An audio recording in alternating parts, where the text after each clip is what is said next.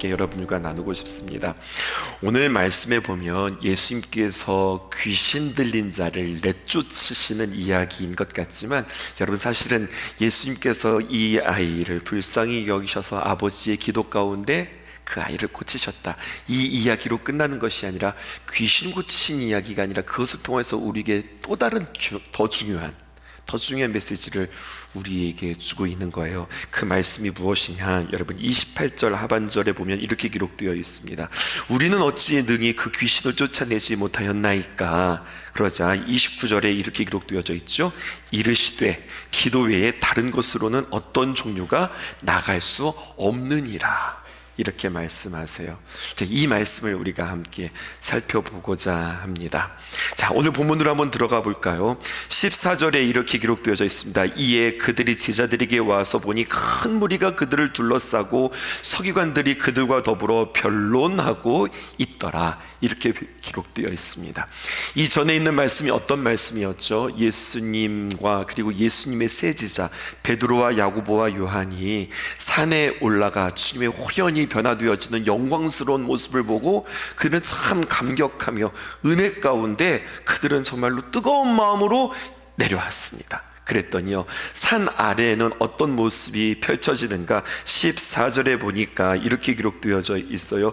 큰 무리들이 있고, 또 성경에 보니까 또 서기관들도 있고, 또 예수님의 남았던 제자들이 있고, 그리고 이들이 그 안에서 아버지가 고통을 호소하며 난리에 소동의 다툼으로 시끌벅적하는 이야기가 성경에 기록되어져 있습니다.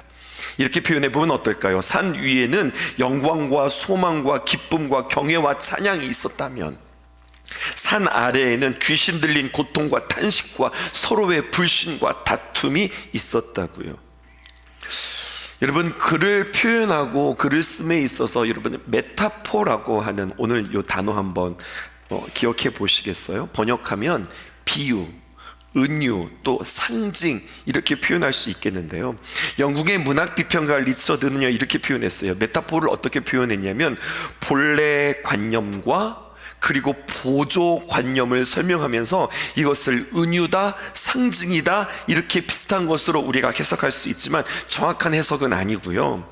메타포는 하나의 관념과 대상을 설명하거나 또 그 특징을 강조하기 위하여서 다른 관념을 이렇게 환기시키는 거예요. 좀 어렵죠? 여러분, 뭐 떠오르는 거 없으세요? 또 뭐 생각나는 거 없으세요? 누구 닮은 것 같지 않으세요? 제가 말씀을 인도하면서 이렇게 여러분들에게 종종 질문을 하는데 사실은 이게 메타포입니다. 그러니까 오늘 이 상황이 뭐가 좀 많이 비슷한 것 같지 않으세요? 이렇게 이야기하는 거죠. 오늘 이 말씀은요, 여러분, 모세가 시내산에서 첫 번째 십계명을 하나님으로부터 받고 시내산에서 내려왔을 때 금송아지를 만들고 우상 숭배하는 그의 모습과 너무나도 많이 비슷하고 닮아 있습니다. 그런데 여러분, 이 모습은 모세가 십계명을 가지고서 산 아래로 내려왔을 때의 모습, 또 오늘 예수님께서 호련히 변화된 모습으로 영광스러운 모습으로 계셨다가 산 아래로 내려왔던 모습은 동일하게 우리에게도 같이 또 한 번의 메타포가 일어난다는 거죠. 새벽 제단에 나와서 여러분들 우리가 함께 기도하고 하나님의 은혜를 나누고 또 주님 앞에 각오하고 주님의 힘을 얻어서 내가 함께 힘차게 살아가겠습니다 라고 이야기하지만, 여러분, 주님과의 교제하는 이 자리를 벗어나서 세상에서 마주할 때에 오늘 내용처럼 여러분, 변화산 아래에서 상황이, 시내산 아래에서 상황이 우리의 이 성전 아래에서 삶, 세상에서 삶과 비슷하게 연결되어진다고 하는 겁니다. 오늘도 우리가 주님 앞에 귀한 마음으로 기도하고 말씀으로 우리의 마음들을 새롭게 하고 주님 앞에 간절한 마음으로 나가지만, 이곳에서의 이 마음과 이 컨디션과 이 영적인 감격이 그대로 세상에서 이어지는 것이 아니라 세상에 나가면 또 다른 현실들을 우리가 마주하게 되어진다고요. 그러므로 우리는 오늘 믿음을 정의합시다.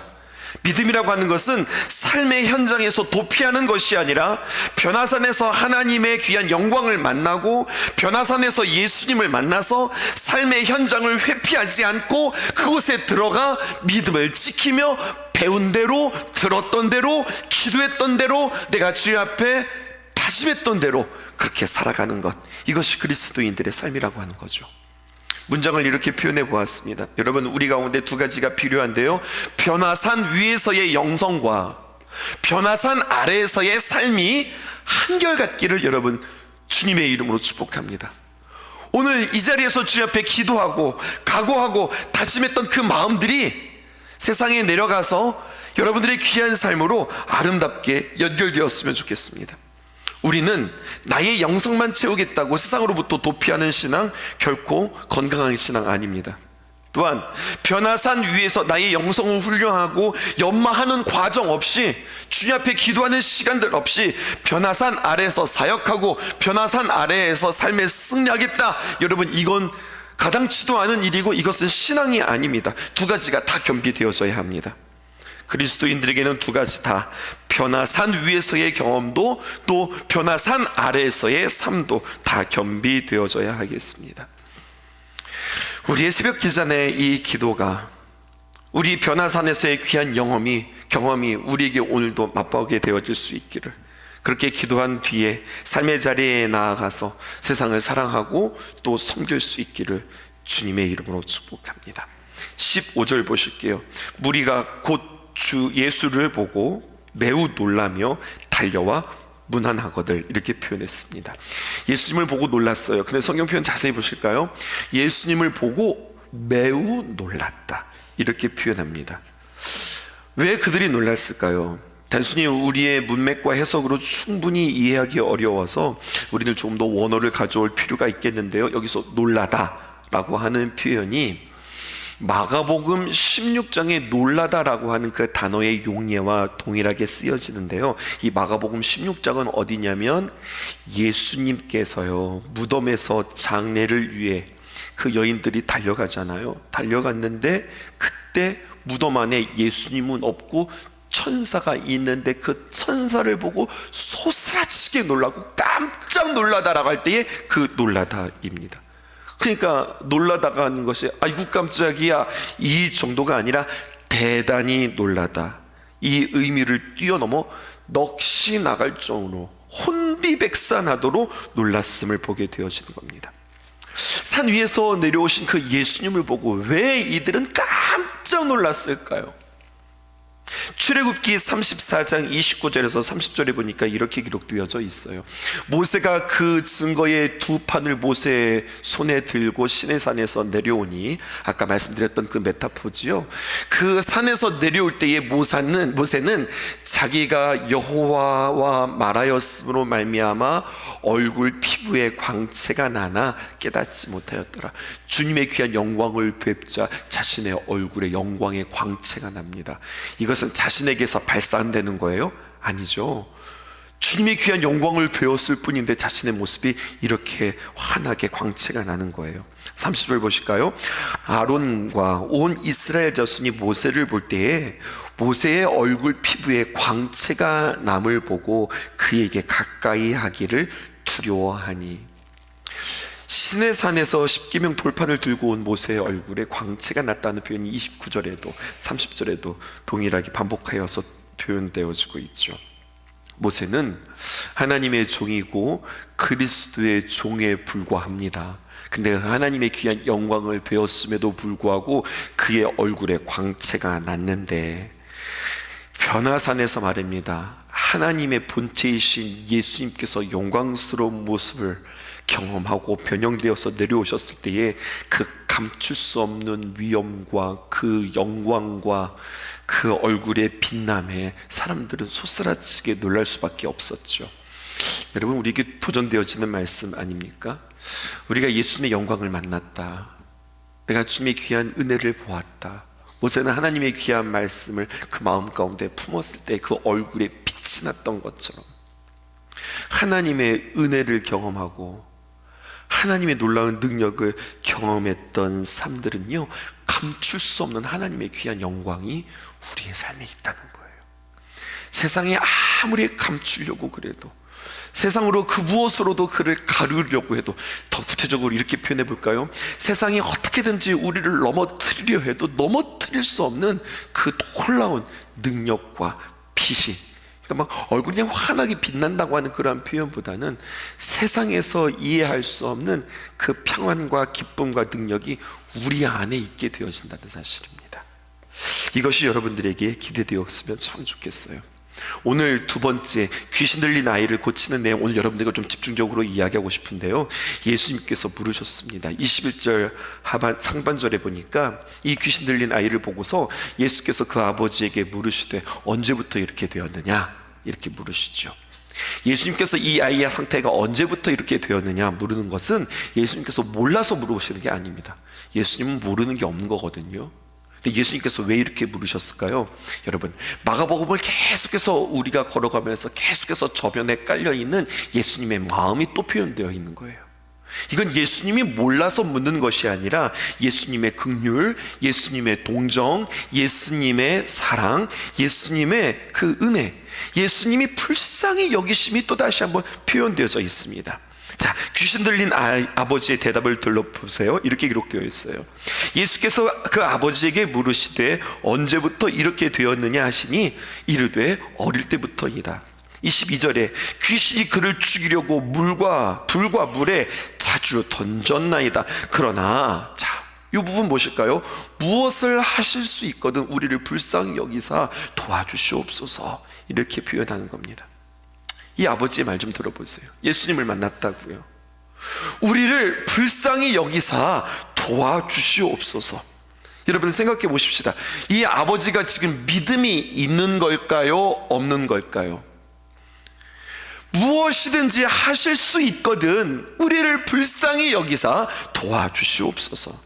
이건 믿음이 있는 건지 없는 건지 좀 헷갈리죠. 반은 믿는 거고 반은 믿지 않는 겁니다. 그리고 여러분, 이것은 우리들의 모습이라고 성경은 우리에게 이야기해 주고 있는 겁니다. 믿는 건지 안 믿는 건지, 신앙생활을 하는 건지 신앙생활을 안 하는 건지, 이것이 무엇인지 참 애매한 상태. 가만히 한번 생각해 볼까요? 이 귀신 들린 아버지가 왜 이렇게 지금 애매한 믿음이 그에게 있을까요? 무엇을 하실 수 있거든 우리를 불쌍히 여기소서. 이유는요, 한 가지예요. 변화산 아래에 있던 그 예수님의 제자들의 실패가 이 예수님조차도 의심하고 미심쩍으로 만들게 되어진 겁니다. 그리스도인들의 실패, 그리스도의 불명예를 만들게 된다는 거죠. 또 다시 한번 적용해 볼까요? 나의 삶, 나의 믿음은 그 누군가에게 믿음을 갖게 되어지는 일에 나는 도움을 줍니까? 아니면 오히려 나 때문에 그 믿음을 깎아먹습니까? 현대 많은 목회자들과 사역자들이, 또 오늘날 많은 성도자들이, 특별히 직분자들이 우리의 실패 때문에, 우리의 무너짐 때문에 예수님이 하실 수 있는지 하실 수 없는지 의심스러울 지경이 되어지도록 우리의 삶에 주님의 귀한 영광을 나타내지 못하는 아쉬운 부분들이 있지는 않은가 점검해 볼 필요가 있습니다. 나로 인하여서 예수님을 믿는데 그 믿음에 도움을 주는가, 아니면 그 믿음을 깎아먹는가. 나 때문에 예수님께 가까이 오는 것이 참 도움이 되는가, 아니면 나 때문에 오히려 예수님께 가까이 오는 것에 멀어지는가. 이 질문을 진지하게 할 수 있었으면 참 좋겠습니다. 지금 이 아이의 아버지는 갈팡질팡하고 있어요. 그때 이 아버지에게 예수님이 말씀하십니다. 우리의 영적 상태를 점검해 보셨으면 좋겠어요. 내가 믿음 없는 상태를 알아야 내가 바른 기도할 수 있고 하나님의 귀한 역사가 일어날 수 있거든요. 오늘 이 부분의 행간을 우리가 한번 잘 살펴보실게요. 이렇게 기록되어 있습니다.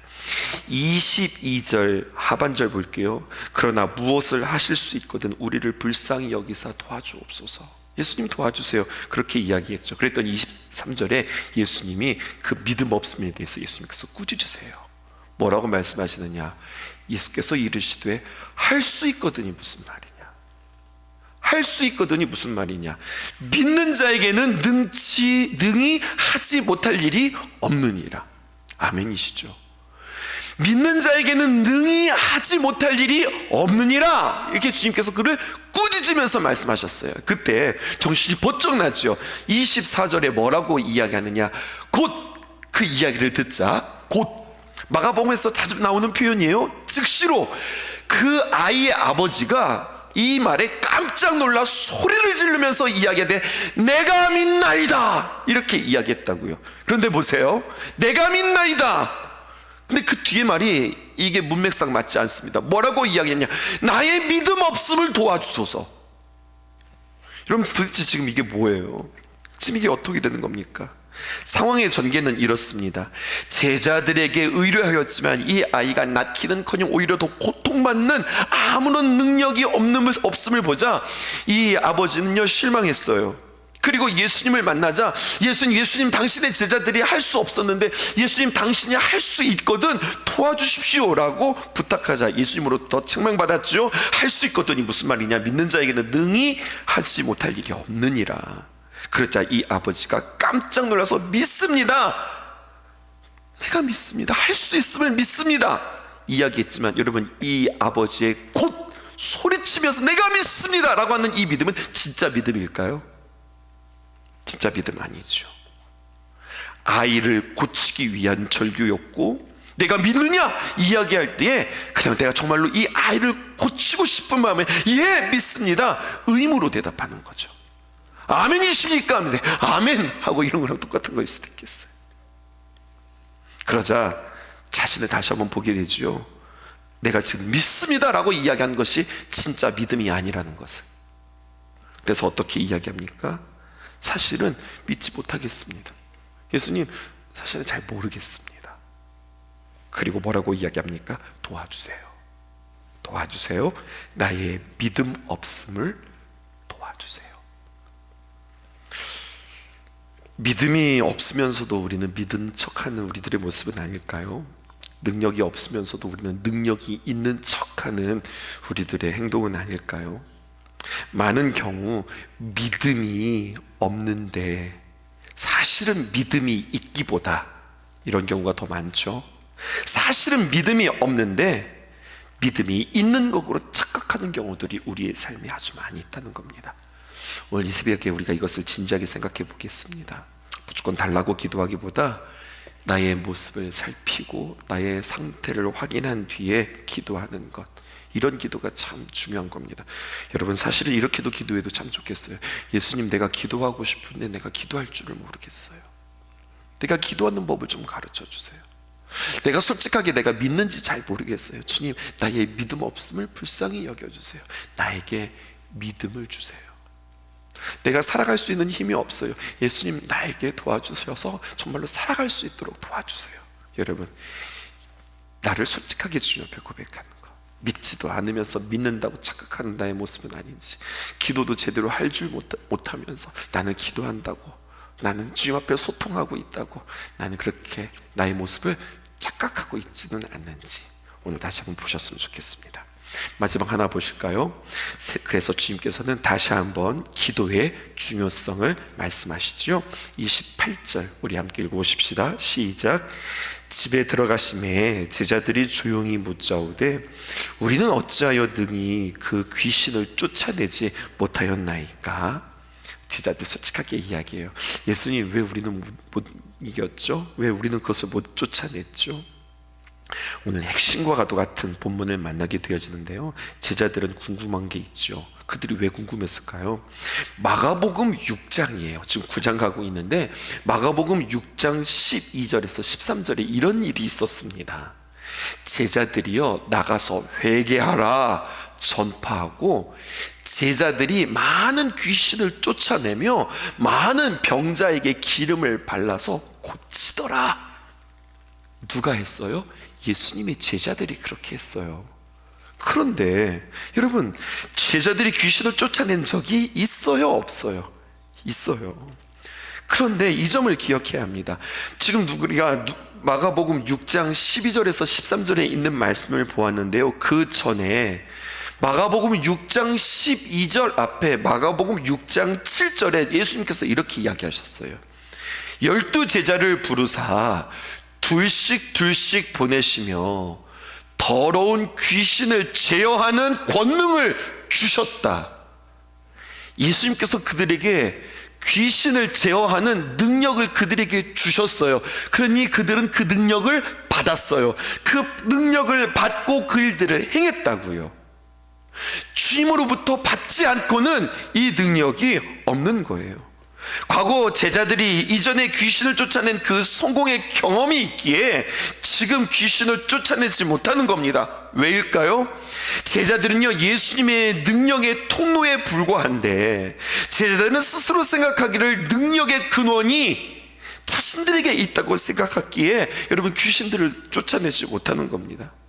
우리의 신앙생활에 있어서 착각하기 쉬운 것 중에 하나는 과거의 성공의 경험이 있기 때문에 그것으로 인하여서 지금도 반드시 실패하지 않고 지금도 성공할 것이라 생각하는 거예요. 여러분, 과거의 나의 승리는 전적으로 하나님께서 부어주시는 능력이었고 전적으로 우리에게 부어주시는 하나님의 은혜였습니다. 오늘 내가 하나님의 귀한 은혜를 다시 한번 맛보지 않고 오늘 내가 하나님의 귀한 능력을 내가 경험하지 못하면 마가복음 6장의 능력은 우리에게 있지 않다고요. 마가복음 6장 13절에 제자들이 귀신을 쫓아내고 병자들에게 기름을 발라 고친 것은, 이것이 가능했던 것은 7절 12제자를 부르사 둘씩 보내시며 더러운 귀신을 제어하는 능력을 그들에게 주셨기 때문입니다. 그것이 전제되었다는 거죠. 그러므로 오늘 제자들이 귀신을 쫓아내지 못한 거, 이건 너무 잘한 일이라고 저는 생각해요. 참 다행이라고 생각해요. 왜요? 하나님의 은혜가 아니고는, 기도하지 아니하고는, 하나님의 능력이 아니고는 여러분, 내가 할 수 없다, 이것을 배웠기 때문에 그렇습니다. 이들이 기도하지 않고 하나님의 능력 없이 귀신을 내쫓았다고 생각해 보세요. 그러면 문제는 심각해지는 겁니다. 이들이 귀신을 내쫓았다면 다음번에도 또 귀신에게 고통당하는 사람들을 만나게 되었을 텐데 어떻게 했을까요? 하나님 의지했을까요? 하나님 앞에 기도했을까요? 아니죠. 나 옛날에 고쳤는데, 나 옛날에 내쫓았는데, 그거 믿고 그 경험 가지고 또 대들게 되겠죠. 여러분, 기도 외에는 다른 것으로는 이런 종주가 나갈 수 없다. 이것이야말로 하나님의 큰 은혜인 것 같습니다. 우리에게 주시는 선물임을 기억하면서, 그래서 오늘도 살아갈 때 어떻게 살아가자고요? 하나님께 능력 받아 오늘 우리에게 일용할 양식을 주옵시고, 주기도문 우리가 고백하죠. 오늘 우리에게 일용할 양식, 하루를 살아갈 수 있는 양식을 주세요. 하루를 살아갈 수 있는 빵을 주세요 라고 기도하는 것뿐만 아니라, 내가 오늘 하루를 살아갈 수 있는 빵과도 같은 말씀도 주세요. 오늘 내가 하루를 살아가고 승리할 수 있는 능력도 주세요. 기도하는 저 여러분 되어지기를 주님의 이름으로 축복합니다. 기도 제목 3가지 띄울게요.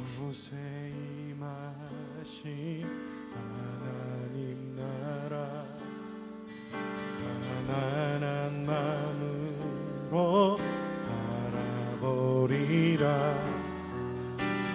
먼저 그 나라 그 뜻 구하며 나의 삶 드리리. 주님이 맡기신 하나님 나라, 믿음의 눈으로 바라보리라. 하늘의 뜻이 이 땅 가운데 완성될 그날까지 믿음 다하여 그 위에 서리라. 하나님의 나라는 무너지지 않으리. 믿음 다하여 그 나라 세워가리라. 주님 얻으실 때까지.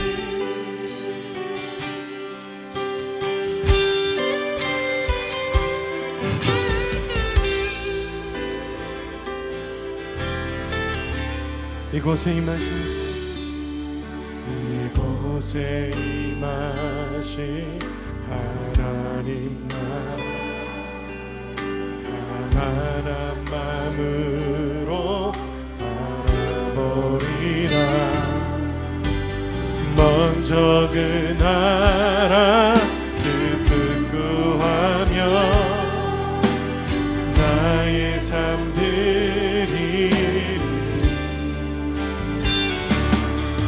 주님이 맡기신 하나님 나라 믿음의 눈으로 알아보리라.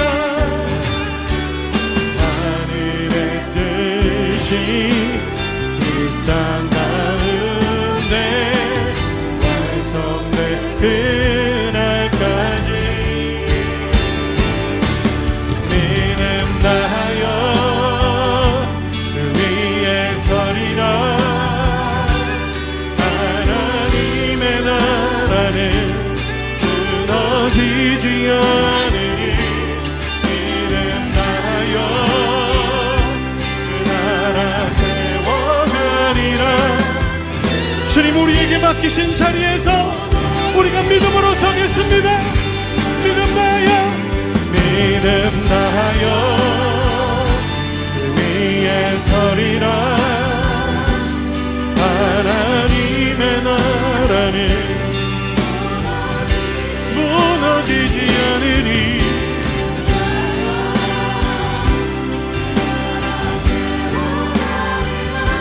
주님, 내게 맡기신 자리에 믿음으로 그 자리를 섬기겠습니다.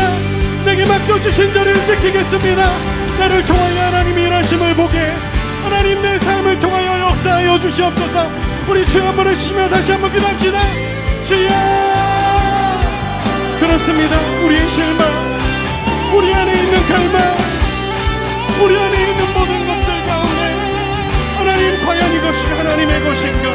하나님, 다시 한번 질문하며 하나님 맡겨주신 자리에서 하나님 주님의 일하심을 보게 하여 주시옵소서. 하나님이 맡겨주신 자리를 감당하게 하여 주시옵소서. 하나님, 우리에게 부르신 자리를 지키게 하여 주시옵소서. 하나님, 내 삶을 통하여 일하시며 하나님 내 삶 속에 역사하시는 크고 위대하신 주님의 일하심, 하나님의 나라, 하나님의 뜻 바라보며 하나님 주님의 평강을, 하나님 주님의 위로를 하나님 이 땅 가운데 노래하는 자로 하나님 내 삶을 사용하여 주시옵소서. 하나님의 나라는 무너지지 않으리. 그렇습니다. 작은 나의 삶을 통하여 일하시는 그거 위대하신 주님 찬양합니다. 믿음 다하여, 믿음 다하여 그 위에 서리라. 하나님의 나라는 무너지지 않으리. 믿음 다하여 그 나라 세워가리라. 주님 곧 오실 때까지, 주님 오실 때까지, 주님 곧 오실 때까지.